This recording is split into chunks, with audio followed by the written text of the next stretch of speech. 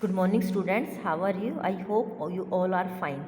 Student, we are reading chapter 11 natural disaster यानी कि प्राकृतिक आपदा जो नेचुरल रूप से आती है, ठीक है, जो ह्यूमन बीइंग नहीं करता, ठीक है, यानी कि एकदम जैसे क्या था, इसमें फ्लड बाढ़ आती है, कोई एक इंसान तो नहीं करता ना, तो बाढ़ आ जाती है, बहुत बारिश होती है, तेज़ हैवी रेनफॉल होती है, फिर बाढ़ आ जाती है।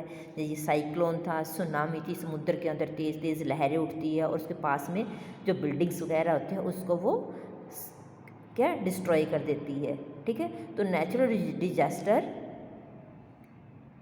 वो क्यों होते हैं? तो ये तो नेचुरल होते हैं, लेकिन इसके पीछे जब ह्यूमन बीइंग क्या होते हैं, इसके जो कंट्रोल से बाहर होते हैं, ह्यूमन बीइंग के कंट्रोल से बाहर होते हैं, ठीक है बच्चों। तो जो ये नेचुरल डिजास्टर है वो वेरियस फॉर्म के होते हैं। इनमें से होते हैं जैसे earthquake, cyclone, storm surges, floods, drought यानी कि जो सूखा पड़ जाता है, फ्लड होती है बाढ़, सुनामी जैसे भुज के अंदर आई थी ना सुनामी, अभी पढ़ेंगे हम इसके बारे में। वोल्केनिक यानी कि जो ज्वालामुखी होते हैं वो जब धरती के नीचे लावा ज़्यादा गर्म हो जाता है, धरती नीचे से गर्म, तो वो ऐसे उससे वो नीचे से धरती से वो जो लावा वो निकलता है, उसको बोलते हैं वोल्केनिक इरप्शंस। अर्थक्वेक यानी कि भूकंप, आपने देखा होगा कि जब भूकंप आता है एकदम आता है और वो बिल्डिंग्स वगैरह सारी चीज़ें हिलने लगती है, vibration. The sudden shaking, sudden अचानक शेकिंग हिलने लगता है, एंड द वाइब्रेशन और कंपन होने लगती है, वाइब्रेशन तो कंपन, on the crust of the earth, earth के ऊपर वाले हिस्से, क्रस्ट वाले, हम क्रस्ट पे ही रह रहे हैं ना, हम किस पे रह, अर्थ के जो कौन सा पार्ट है क्रस्ट, उस पर हम रह रहे हैं, तो उसमें क्या वो हिलती है, ठीक है, वो कंपन होती है, इसको क्या बोलते हैं, अर्थ आर कॉल्ड एन अर्थक्वेक, इसको क्या बोलते हैं, भूकंप बोलते हैं यानी कि earthquake. The vibration during the earthquake can destroy cities, जो वाइब्रेशन होती है, जो कंपन होती है ड्यूरिंग द अर्थक्वेक, जब भूकंप आता है और ये कंपन होती है, जो धरती हिलती है, तो कैन डिस्ट्रॉय, इससे नष्ट हो जाती है, cities and countries and kill thousand of people in an instant, मतलब अचानक हज़ारों लोग मारे जाते हैं, शहर या कंट्रीज तक भी ख़त्म हो जाती है। They shake buildings structure and earth vertically, और क्या बिल्डिंग वगैरह स्ट्रक्चर, तो इसके वाइब्रेशन से जो बड़े बड़े शहर है, शहर कंट्रीज मतलब देश, और all and kill thousand of people in ancient, मतलब एकदम बड़े शहर है या और सारे सारे बहुत सारे लोग मारे जाते हैं, अचानक होता है। दे शेक बिल्डिंग, और इससे दे शेक बिल्डिंग्स, जो बड़ी बड़ी बिल्डिंग इमारतें होती है वो हिलने लगती है, ठीक है। आपने देखो ऐसे गिर जाती है, बड़े घर बने हुए सारे ऐसे हिलते, तो ये घर हिलने लगते और गिर जाते हैं। But टर्मर can be felt over large area, और ये लार्ज एरिया में फैलता है बच्चों ये। अब देखते हैं जो भूकंप होता है उसका एक एपी सेंटर होता है, एपी सेंटर देखते हो किसको बोलते हैं, एपी सेंटर बच्चों is the place directly above the sources of an earthquake from where the earthquake travels in waves and separate. Epicentre होता है बच्चों कि जो भी जहाँ पर भूकंप आया, यानी कि जो जहाँ पर भूकंप होना शुरू किया उसके ऊपर वाला हिस्सा, epicentre place directly about,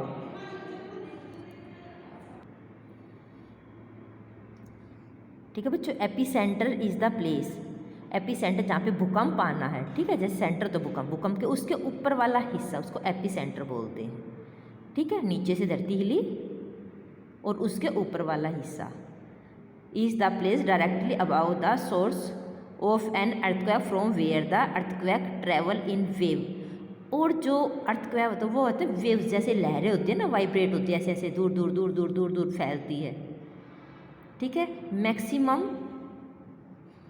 vibration take place at the epicentre, और जो एपी सेंटर के जो वाइब्रेशन होता है वो ज़्यादा क्या होता है, मैक्सिमम प्लेस होता है, take place at the epicentre, hence maximum destruction of property and loss of life also take place in place close to the epicenter, जो एपीसेंटर के ऊपर, ठीक है। अब जहाँ पर मान लो यहाँ पर एक पॉइंट है, मान लो वो यहाँ पर है, ये यहाँ पर भूकंप आया है, ठीक है, अर्थक्वेक आया है, तो इसके अर्थक्वेक यहाँ पे मान लो ये अर्थ है, ये अर्थ है, और यहाँ पर क्या अर्थक्वेक आए, तो इसके ऊपर वाला हिस्सा, ऊपर वाले हिस्से पर इसको एपिसेंटर बोलेंगे।